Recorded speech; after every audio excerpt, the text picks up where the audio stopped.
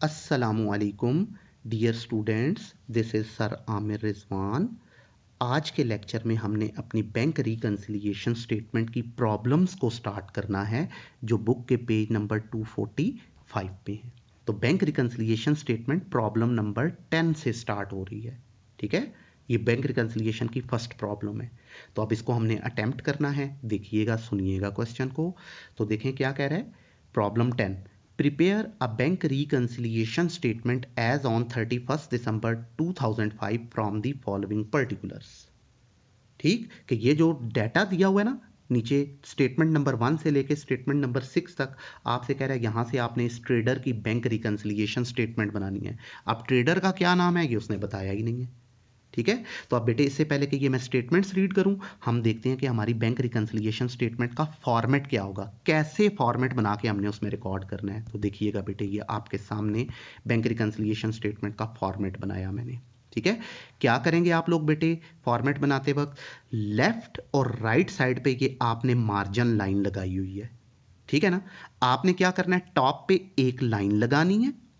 ठीक है, और इसके साथ ये आपने एक कॉलम बना लेना है। तो बेटे क्लियर वर्ड्स में, अमाउंट्स आपकी मिलियन या बिलियंस में नहीं होनी है, थाउजेंड्स में होंगी। तो बहुत बड़ा कॉलम आपने अमाउंट का नहीं बनाना है, छोटा सा कॉलम बनाना है आपने। ठीक हो गया, ताकि आपको यहां पर लिखने के लिए स्पेस ज्यादा मिले। ठीक, तो ये एक कॉलम बना लिया आप लोगों ने इस साइड पे, और टॉप पे ये एक लाइन लगा दी। अब ये जो आपने टॉप पे लाइन लगाई है ना, इस लाइन समेत आपने 3 लाइंस यूज करनी है इन्फॉर्म करने के लिए कि इस वक्त आप क्वेश्चन में कर क्या रहे हैं। पहली लाइन में आपने अपने ट्रेडर का नाम लिखना है। तो इस वक्त उसने क्वेश्चन में मेंशन नहीं किया था कि उसका क्या नाम है। नाम दिया होगा तो आप यहां नाम लिख देंगे, नहीं दिया होगा तो 3 डैशेस डाल देंगे।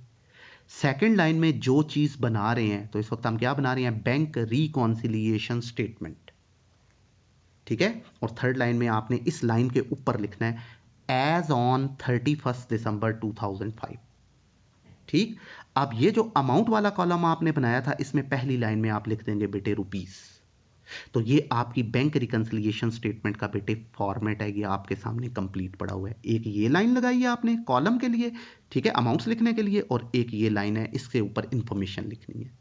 ठीक, अब हमने बेटे देखें डिस्कस क्या किया था कि जब बैंक रिकन्सिलिएशन स्टेटमेंट हम बनाते हैं तो पहला आइटम जो उसमें इनपुट के तौर पे आएगा ना हर क्वेश्चन में, वो क्या होगा, या उसने क्वेश्चन के स्टार्ट में कैश बुक का बैलेंस दिया हुआ होगा या पासबुक का बैलेंस दिया होगा। ठीक है, उसको आपने इनपुट के तौर पे लिखना है। कैश बुक का बैलेंस दिया है तो आप उसको डेबिट करेंगे, पासबुक का बैलेंस दिया है तो आप उसको क्रेडिट करेंगे। ठीक, उसके बाद बाकी जितनी भी स्टेटमेंट्स आपके पास बच जाएंगी वो आपकी डिफरेंस की ये 4 रीजंस हैं। ठीक है ना, ये 4 रीजंस की वजह से हमारी कैश बुक और पासबुक दोनों एक दूसरे के साथ मैच नहीं करती हैं, इसलिए बैंक रिकन्सिलिएशन स्टेटमेंट बनती है। तो अब उनमें से पहली रीजन हमने कहा था चेक इशूड होती है, तो लाजमी नहीं है कि वो हर क्वेश्चन में चेक इशूड का वर्ड यूज करे। वो लिख सकता है चेक इशूड, वो लिख सकता है चेक ड्रॉन, वो लिख सकता है चेक पास्ट, वो लिख सकता है आउटगोइंग चेक। इन चारों में से जो भी वर्ड लिखा होगा आप उसको अनप्रेजेंटेड चेक के नाम से डेबिट कर लेंगे। राइट, फिर दूसरी डिफरेंस की रीजन होती है चेक डिपॉजिटेड। तो लाजमी नहीं है कि वो हर क्वेश्चन में चेक डिपॉजिटेड का वर्ड यूज करे, इसके लिए डिफरेंट वर्ड यूज होते हैं। क्या, cheque deposited, cheque paid, cheque sent, omitted cheque, received cheque. ये 5 वर्ड्स हैं। इन पांचों वर्ड्स के लिए आपने क्या करना है, अनकलेक्टेड चेक के नाम से आपने इनको क्रेडिट कर देना है। ठीक है, अब ये जो हमारी पहली 2 रीजंस है ना बेटे, इनका आपको क्वेश्चन में स्टेटमेंट देखते ही फौरन पता चल जाएगा कि ये चेक इशूड है, ये चेक डिपॉजिट है। आपको मेहनत नहीं करनी पड़ेगी।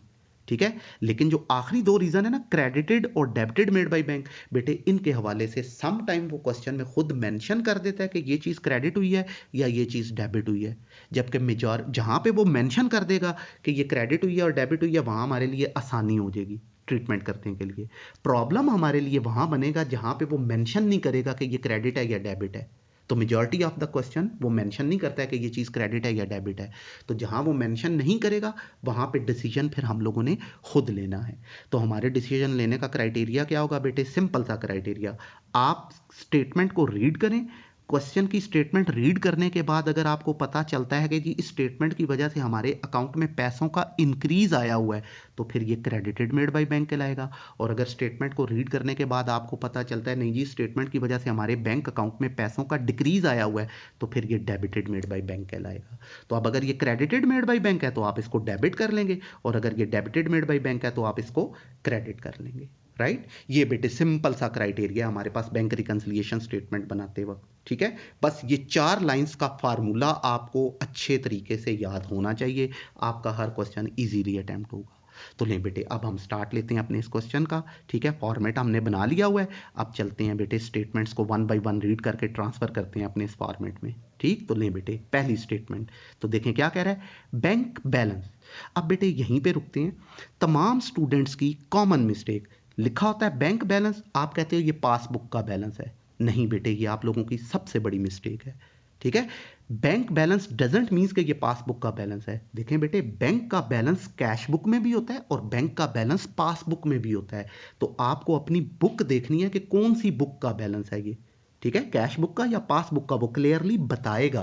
तो अब आप देखें क्या कह रहा है, bank balance as per cash book. तो कौन सी बुक का बैलेंस है, कैश बुक का बैलेंस है। ठीक है, एज ऑन 31 दिसंबर 2005 रुपीज 47,020। तो ये इस वक्त उसने हमें कैश बुक का बैलेंस बताया हुआ है। अब वो मेंशन नहीं करेगा कि ये डेबिट है या क्रेडिट है, ये आपको पता होना चाहिए। तो हमने क्या डिस्कस किया था, कैश बुक का बैलेंस क्या होता है, डेबिट होता है। ठीक है, तो अब हम इसको इस अमाउंट को ट्रांसफर करते हैं अपनी रिकंसिलिएशन के फॉर्मेट में। तो लें बेटे, ये पहली लाइन में चूंकि आपने रुपीस लिखा है, इस लाइन में अब आप मजीद कुछ नहीं लिखेंगे। इससे नीचे वाली लाइन में आपने एड लेस की जगह छोड़नी है और यहाँ पे अपने बैलेंस को लिखना है। तो कौन सी बुक का बैलेंस दिया हुआ है, कैश बुक का। तो आप यहाँ लिखेंगे बेटे कैश बुक बैलेंस। ठीक है, कितना है 47,020, ये अमाउंट वाले कॉलम में आपने लिख दिया। अब लाइन के इधर बाहर आपने यहां लिखना है बेटे डेबिट, क्योंकि ये कैश बुक का बैलेंस है, डेबिट आ गया। राइट, ये पहला इनपुट आ गया। आपके हर क्वेश्चन में पहला आइटम यही आना है, या कैश बुक का बैलेंस या पासबुक का।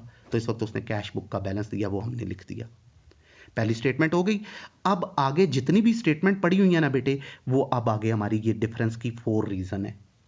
ठीक है, अब हमने तरतीब ये लिखी है, तो लाजमी नहीं है कि वो क्वेश्चन में इसी तरतीब को फॉलो करेगा। वो तरतीब कुछ भी रख सकता है, लेकिन इन 4 स्टेटमेंट से बाहर आपका कोई भी क्वेश्चन नहीं होगा। ठीक, तो लें बेटे आप नेक्स्ट स्टेटमेंट नंबर 2 को रीड करते हैं, देखते हैं क्या कह रहा है। तो लें बेटे स्टेटमेंट 2 क्या कह रहा है, चेक्स फॉर ₹6,000 डिपॉजिटेड। तो क्या लिखा हुआ है बेटे, चेक डिपॉजिटेड। ठीक, तो देखिए मैंने क्या कहा था, पहली 2 स्टेटमेंट जो सी है ना, उनको देखते ही फौरन पता चलेगा कि ये कौन सी स्टेटमेंट है, चेक इशूड और चेक डिपॉजिट का। तो क्या लिखा हुआ है, cheque deposited for collection but not credited by the bank prior to 31 December. कितने के चेक हैं, 6,000 के, और ये कौन से हैं, चेक डिपॉजिटेड। तो अब आप फार्मूले में जाके देखें ये कहाँ पड़े हुए हैं, ये देखें फार्मूला ये रहा हमारा। तो कहाँ है, ये रहा डिपॉजिटेड।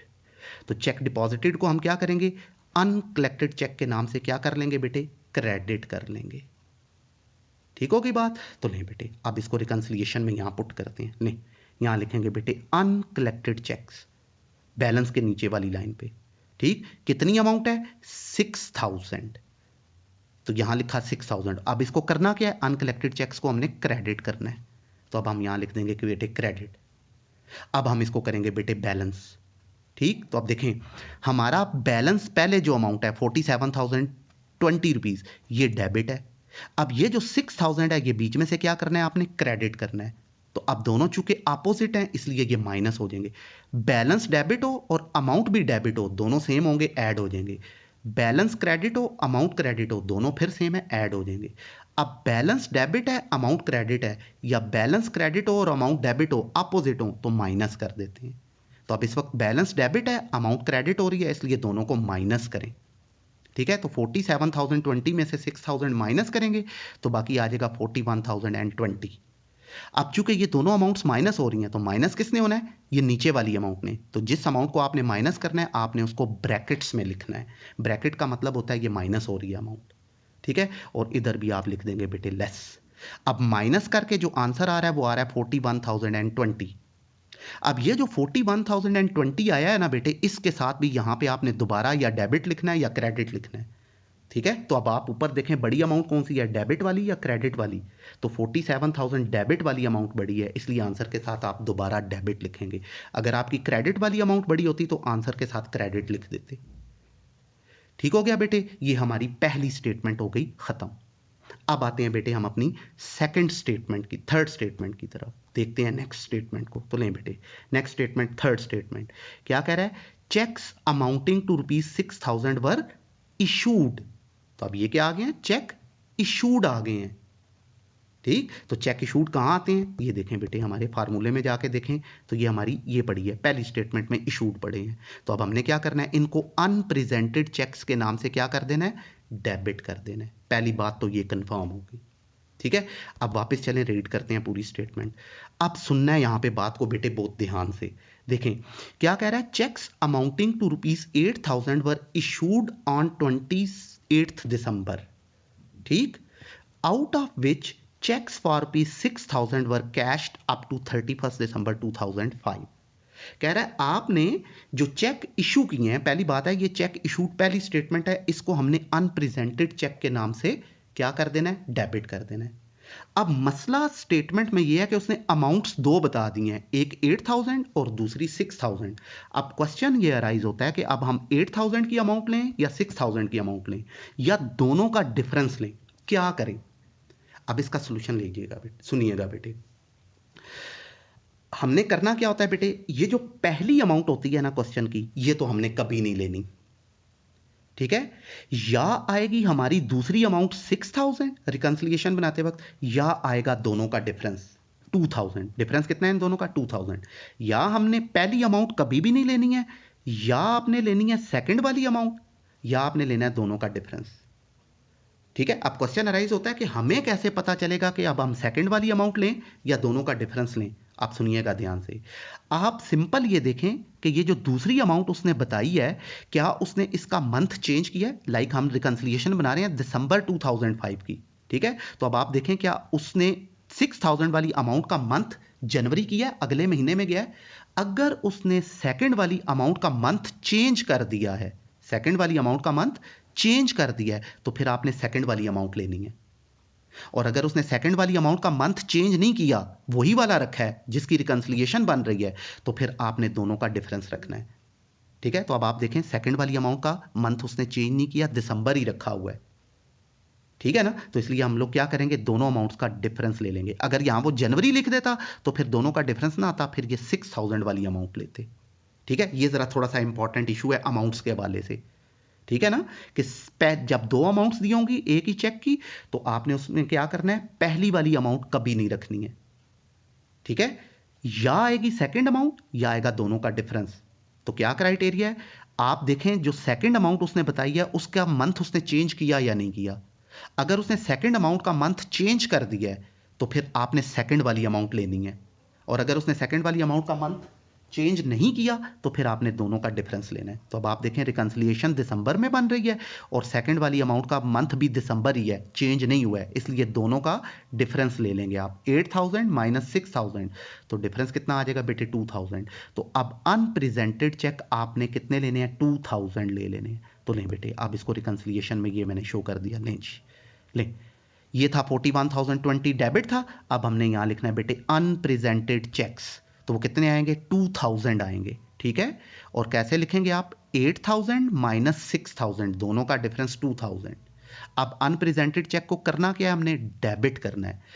अब बैलेंस था हमारा डेबिट, अमाउंट हो रही है डेबिट, दोनों अब हैं सेम, तो दोनों को क्या करेंगे, हम ऐड कर देंगे। तो 41,020 प्लस 2,000, तो मिलके कितना हो जाएगा, 43,020 rupees. Balance debit, amount debit, इसलिए दोनों ऐड हुए हैं। ठीक है ना, तो अब यहां पर आप लिख देंगे बेटे ऐड। अब ये जो हमारा 43,020 रुपीज का आंसर आया है, इसके साथ यहां पे हमने फिर या डेबिट लिखना है या क्रेडिट लिखना है। तो चूंकि दोनों अमाउंट्स ऐड हुई थी तो दोनों ही डेबिट हैं, इसलिए आंसर के साथ भी आप डेबिट ही लिख देंगे। राइट, लें बेटे, ये हमारी एक और स्टेटमेंट कंप्लीट हो गई। अब आते हैं बेटे हम अपनी नेक्स्ट स्टेटमेंट की तरफ, देखते हैं कि उसकी क्या ट्रीटमेंट होनी है। तो लें बेटे स्टेटमेंट नंबर 4 क्या कह रहा है, a wrong debit of ₹800 appeared in the passbook. तो पासबुक कौन सी होती है? बैंक की बुक होती है। क्या कह रहा है कि बैंक ने अपनी बुक्स में ₹800 डेबिट किए हैं। अब क्लियरली वो बता रहा है कि ये डेबिटेड मेड बाय बैंक है, ठीक है ना। अब ये डेबिटेड मेड बाय बैंक चाहे गलत है चाहे करेक्ट है, हमारा इससे कोई ताल्लुक नहीं है, ठीक है ना। अब इस वक्त वो कह रहा है ये wrong debit given by bank है, तो वी आर नॉट कंसर्न कि ये रॉन्ग है या करेक्ट है, हमने देखना है हुआ क्या है, डेबिट हुआ है। तो वो खुद बता रहा है कि ये डेबिटेड बाय बैंक है, तो अब हम इसको क्या करेंगे, रिकंसिलिएशन बनाते वक्त क्रेडिट कर लेंगे। तो ये पड़ा हुआ है डेबिटेड मेड बाय बैंक, ये पड़ा हुआ है, तो इसको क्या करना है, रिकंसिलिएशन में हमने क्रेडिट कर लेना है। तो अब हम जब बैंक रिकंसिलिएशन में जाएंगे फॉर्मेट के अंदर, यहाँ आए बेटे, ये रहा, आप यहाँ लिखेंगे बेटे wrong debit given by bank, कितनी अमाउंट है, 800, ठीक है। अब इसको करना क्या है, क्रेडिट करना है। अब हम अपनी स्टेटमेंट को बैलेंस आउट करेंगे। तो देखें बेटे, बैलेंस हमारा 43,020 डेबिट है, बीच में से ये जो 800 है ये क्रेडिट हो रहा है, ठीक है ना। तो डेबिट और क्रेडिट दोनों एक दूसरे में से माइनस हो जाते हैं, अपोजिट है ना, इसलिए माइनस हो जाएंगे। तो माइनस करने के लिए हम अमाउंट को विद इन ब्रैकेट लिखेंगे 800 को। तो अब 43,020 डेबिट, बीच में से 800 क्रेडिट माइनस होके बाकी बच गया 42,220। अब इस आंसर के साथ भी हमने यहाँ पे कुछ लिखना है, या डेबिट या क्रेडिट। तो कौन सी अमाउंट बड़ी है, ऊपर डेबिट वाली अमाउंट 43,000 बड़ी है, डेबिट वाली, इसलिए आंसर के साथ आप डेबिट ही लिखेंगे, राइट। ये हमारी एक और स्टेटमेंट कंप्लीट हो गई। अब चलते हैं बेटे अगली स्टेटमेंट की तरफ। तो देखिएगा, स्टेटमेंट नंबर 5 लास्ट स्टेटमेंट है। क्या कह रहा है, बैंक चार्जेस ₹20। लें बेटे, बस यहीं पे रुक जाते हैं, आगे रीड नहीं करते अभी हम। तो देखें, बैंक चार्जेस, तो चार्जेस हमेशा बैंक हमसे लेता है। तो जब बैंक हमसे चार्जेस लेगा तो हमारे अकाउंट पे क्या इफेक्ट पड़ेगा, हमारे अकाउंट से पैसे कम हो जाएंगे, डिडक्ट होंगे ना। बैंक जब हमसे चार्जेस ले लेगा तो हमारे अकाउंट से पैसे कम हो जाएंगे। तो जो पैसे कम होंगे तो डिक्रीज आएगा अकाउंट में, तो डिक्रीज को क्या कहते हैं, डेबिटेड मेड बाय बैंक। तो अब रिकंसिलिएशन बनाते वक्त हम इसको क्रेडिट करेंगे, ठीक है। आप पूरी स्टेटमेंट रीड कर लें, हो सकता है कि वो क्वेश्चन में खुद बताए कि ये डेबिट हुआ है या क्रेडिट हुआ है, ठीक है, और हो सकता है वो ना बताए, ठीक है। तो देखें, bank charges ₹20 appear in the passbook but not in the cash book. कह रहा है ₹20 के बैंक चार्जेस पासबुक में अपीयर हो रहे हैं लेकिन कैश बुक में नहीं है। वो नहीं बता रहा कि ये बैंक चार्जेस डेबिट हुए हैं या क्रेडिट हुए हैं, ठीक है। इसका मतलब है हमने खुद डिसाइड करना है। तो हम डिसीजन पहले ही ले चुके हैं कि इसने ये डेबिटेड मेड बाय बैंक है, ठीक है ना। कैसे कि चूंकि ये बैंक के चार्जेस हैं तो चार्जेस हमेशा बैंक हमसे लेता है, अकाउंट में डिक्रीज आता है, ये डेबिटेड मेड बाय बैंक है। अब हम रिकंसिलिएशन में इसको क्या कर देंगे, क्रेडिट कर देंगे, ठीक है। तो ये वाले डिक्रीज आया हुआ है अकाउंट में, डेबिटेड मेड बाय बैंक है, क्रेडिट हो जाएगा। तो ले बेटे, यहाँ लिखेंगे अब हम लोग, ये स्टेटमेंट में आए, ये रहा, bank charges debited by bank, ठीक है। ₹20 क्या कर देंगे, इसको क्रेडिट कर देंगे। तो अब बैलेंस क्या चल रहा था हमारा, डेबिट, अमाउंट बीच में से क्या हो रही है, क्रेडिट, ठीक। तो दोनों आपस में माइनस अपोजिट है, इसलिए माइनस हो जाएंगे।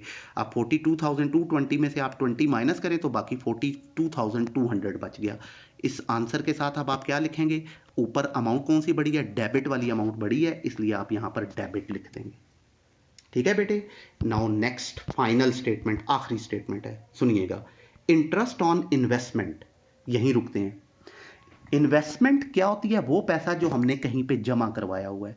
तो जमा करवाए हुए पैसे पे इंटरेस्ट हमेशा हमें मिलता है। तो जब मिलता है तो अकाउंट पे क्या इफेक्ट पड़ता है, पैसे बढ़ जाते हैं। तो ये अकाउंट में इंक्रीज आया है, तो ये क्रेडिटेड मेड बाय बैंक है, हम रिकंसिलिएशन में इसको डेबिट कर देंगे। तो अब आप देखें, interest on investment collected by the bank not yet recorded in the cash book ₹2000। तो अब आप देखें, वो नहीं बता रहा कि ये क्रेडिट हुआ है या डेबिट हुआ है, हमें खुद डिसाइड करना है। तो हम डिसीजन पहले ही लिख चुके हैं, चूंकि ये इन्वेस्टमेंट का इंटरेस्ट है हमें मिलेगा, अकाउंट में इंक्रीज आएगा, क्रेडिटेड मेड बाय बैंक है, डेबिट हो जाएगा। तो ले बेटे, अब इसको रिकंसिलिएशन में ये देखें, इंक्रीज इन अकाउंट है, क्रेडिटेड मेड बाय बैंक लाएगा, डेबिट कर देंगे इसको हम। तो अब यहाँ आए आप लोग, next, interest on investment credited by bank कितना है बेटे, ₹2000, हम इसको डेबिट कर देंगे, ठीक है ना।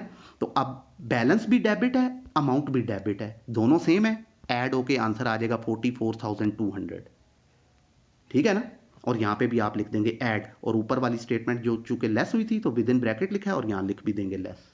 तो अब ये दोनों ऐड हो जाएंगी तो आंसर आ जाएगा 44,200 और यहाँ आप लिख देंगे बेटे डेबिट। इसके साथ ही ये हमारा क्वेश्चन जो सा आखिरी स्टेटमेंट थी कंप्लीट हो गया। अब हमने क्वेश्चन की करनी है क्लोजिंग। तो अब क्लोजिंग कैसे होगी बेटे, ये जो आखिरी वाला आंसर आपका आया था ना 44,200, इसको आप करेंगे सिंगल अंडरलाइन और दोबारा लिख देंगे 44,200 को और इसको कर देंगे आप डबल अंडरलाइन। अब आखिरी आंसर क्या आया हुआ था आपके पास, डेबिट। अब आखिर में आ जाएगा क्रेडिट। अगर ये आखिरी आंसर क्रेडिट होता तो यहाँ पे फिर आप लिख देते बैलेंस को डेबिट, उलट देते। ठीक है। अब जब हमने क्वेश्चन को स्टार्ट किया था तो कौन सी बुक का बैलेंस था, कैश बुक का बैलेंस था। फाइनल आंसर में आपके पास आंसर आ जाएगा पासबुक बैलेंस।